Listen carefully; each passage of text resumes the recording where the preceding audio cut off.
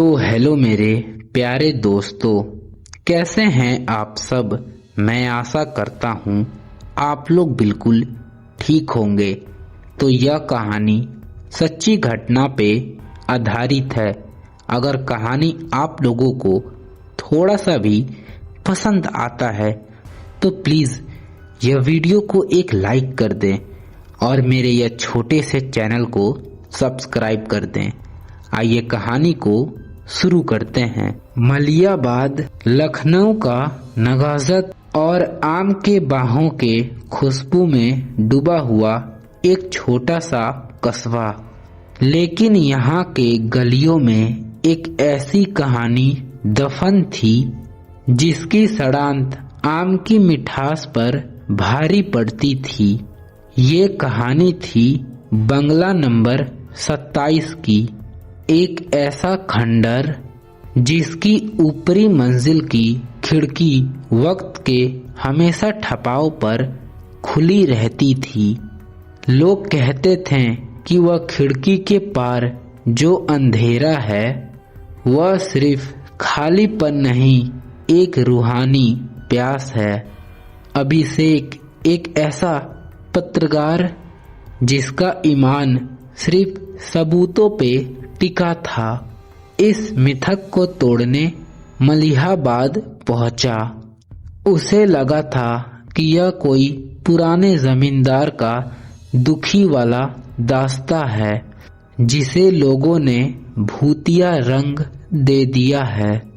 जब वह बंगले के सामने खड़ा हुआ तो शाम के धुंधलते में उसे वह खिड़की दिखाई दी।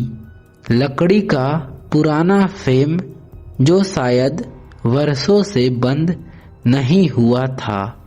आसपास के लोग वह बंगले की तरफ देखते भी नहीं थे, जैसे कोई पुराना जख्म हो जिसे छूने से सब डरते हों। पड़ोस में रहने वाली शारदा देवी ने जब अभिषेक को कैमरे के साथ देखा तो उनकी बूढ़ी आंखों में एक खौफ तैर गया। बेटा लौट जाओ, वह खिड़की कोई दरवाजा नहीं बल्कि एक अंतहीन इंतजार है। अभिषेक ने मुस्कुराते हुए पूछा, अम्मा किसका इंतजार। दुनिया चांद पे पहुंच गई और आप अभी भी भूतों में अटकी हैं। शारदा देवी ने ठंडी सांस भरी और बताया, 20 साल पहले इसी घर की बहू मीरा अपने पति और छोटे बेटे को शिकार पे जाते हुए देख रही थी। वह इसी खिड़की से हाथ हिला के गए थे। दलदल में वह फंस के कभी नहीं लौटे, पर मीरा ने खिड़की बंद नहीं की। उसे लगता था कि वह लौटेंगे और उसे आवाज देंगे। वह पागल हो गई और एक रोज उसी खिड़की के पास उसकी जान निकल गई। अब वह खिड़की नहीं, मीरा की आंखें हैं जो हर आने वाले में अपनों को तराशती है। वह काली रात अभिषेक ने इस कहानी को मनोवैज्ञानिक तनाव का नाम दिया और रात वहीं बिताने का फैसला किया। रात के 11 बजे जब सन्नाटा इतना गहरा था कि अभिषेक को अपनी ही सांसें सुनाई दे रही थीं, वह ऊपर के कमरे में पहुंचा। हवा में पुराने कागजों और सीलन की महक थी। अचानक एक ठंडी लहर कमरे के पार गई।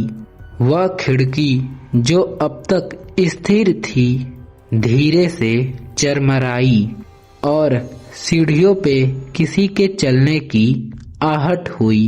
अभिषेक का दिल जोर से धड़कने लगा। उसने टॉर्च जलाई पर रोशनी धुंधली पड़ गई। तभी खिड़की के पास एक साया उभरा। एक औरत सफेद लिबास में जिसके चेहरे पे कोई भाव नहीं था, बस आंखें थी दो गहरी खाइयां। उसने अभिषेक की तरफ देखा और एक ऐसी आवाज में बोली जो गले से नहीं, सीधे जहन से आ रही थी, क्या तुमने उन्हें देखा? वे आने ही वाले होंगे। अभिषेक के पैर शून्य पड़ गए जब उसने देखा कि कमरे का दरवाजा धीरे से खुला। दो कीचड़ में सने हुए साए अंदर दाखिल हुए, एक आदमी और एक बच्चा। उनकी खाल गली हुई थी और वे वैसे ही दिख रहे थे जैसे कोई 20 साल बाद कब्र से निकल के आया हो। वे मुस्कुराए और बोले, हम लौट आए मीरा। अभिषेक चीखते हुए बंगले से बाहर भागा। वह गिरता पड़ता अपने होटल पहुंचा और सुबह होते ही लखनऊ वापस आ गया। हफ्तों बाद जब अभिषेक उस सदमे से बाहर निकला, उसने उस रात की अपनी कैमरा फुटेज देखी। उसे लगा था कि वह दुनिया को सबूत दिखाएगा, पर स्क्रीन पे जो दिखा उसके उसने होश उड़ा दिए। फुटेज में कमरा बिल्कुल खाली था, कोई औरत नहीं थी, कोई कीचड़ में सने आदमी नहीं थे।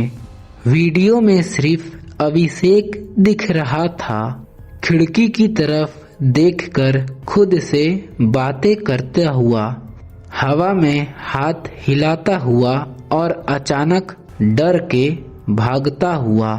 उसने महसूस किया कि शारदा देवी का कहानी उसके दिमाग में इतना जोर डाला कि असली में उन सब किरदारों को जिंदा कर दिया। वह कोई भूत नहीं, सिर्फ दिमाग का खेल था। फिर अभिषेक ने चैन की सांस ली कि वह सब उसका वहम था, लेकिन तभी उसके कमरे की बंद खिड़की अचानक जोर से खुली।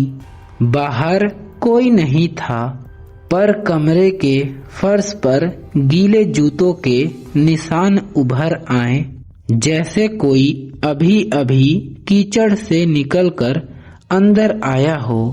और कान के पास वही आवाज फुसफुसाई, वीडियो में हम नहीं दिखते अभिषेक, पर हम तुम्हारे पीछे अभी भी खड़े हैं।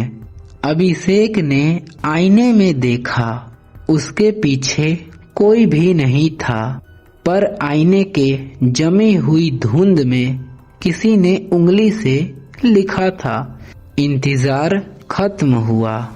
फिर अभिषेक ने कांपते हाथों से कैमरा को बंद कर दिया। वह खुद को बार बार समझा रहा था कि यह सब सिर्फ दिमाग का खेल है।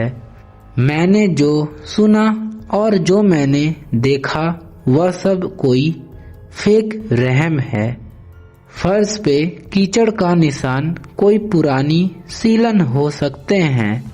उसने अपने कमरे की लाइट जलाई और आईने के सामने जाकर खड़ा हुआ। चेहरा पीला पड़ चुका था और आंखों के नीचे काले घेरे थे। उसने ठंडे पानी से मुंह धोया, लेकिन जैसे ही उसने चेहरा ऊपर उठाया, उसे आईने में अपना अक्स रिफ्लेक्शन कुछ अजीब लगा। आईने के भीतर जो अभिषेक था वह पानी नहीं पोंछ रहा था, वह सीधा खड़ा था और उसकी आंखों में एक अजीब शैतानी चमक थी। वह डरावना मोड़, अभिषेक की चीख गले में ही फंस गई।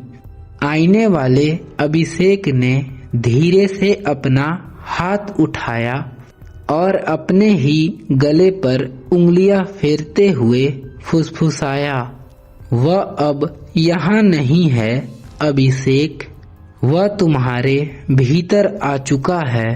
अचानक कमरे की लाइटें एक साथ फ्यूज हो गई। अंधेरा इतना घना था कि हाथ को हाथ नहीं सूझ रहा था। तभी उसे वही ठक ठक की आवाज सुनाई दी, पर इस बार वह आवाज सीढ़ियों से नहीं बल्कि अभिषेक के बिस्तर के नीचे से आ रही थी। उसने डरते डरते अपने मोबाइल का फ्लैशलाइट ऑन किया और बिस्तर के नीचे रोशनी डाली। वहां कोई इंसान नहीं था। वहां सिर्फ 3 जोड़ी पुरानी सड़ चुकी चप्पलें रखी थी, एक आदमी की, एक छोटे बच्चे की और एक औरत की। उन चप्पलों से अभी भी ताजा कीचड़ और कब्रिस्तान की मिट्टी महक रही थी। फिर अभिषेक पीछे हटा, पर उसकी पीठ किसी गीले और ठंडी चीज से टकराई। वह दीवार नहीं थी। किसी ने उसके पीछे से उसे अपने बाहों में जकड़ लिया। वे हाथ बर्फ जैसे ठंडे थे और उनमें से सड़े हुए मांस की बदबू आ रही थी। उसके कान के पास वही औरत की आवाज गूंजी, जो अब और भी भयानक हो चुकी थी। मेरा इंतजार खत्म हुआ, क्योंकि मुझे अब वह खुली खिड़की के पास बैठने के लिए एक नया शरीर मिल गया है। अभिषेक ने चीखने की कोशिश की, पर उसका जबड़ा अपने आप बंद हो गया।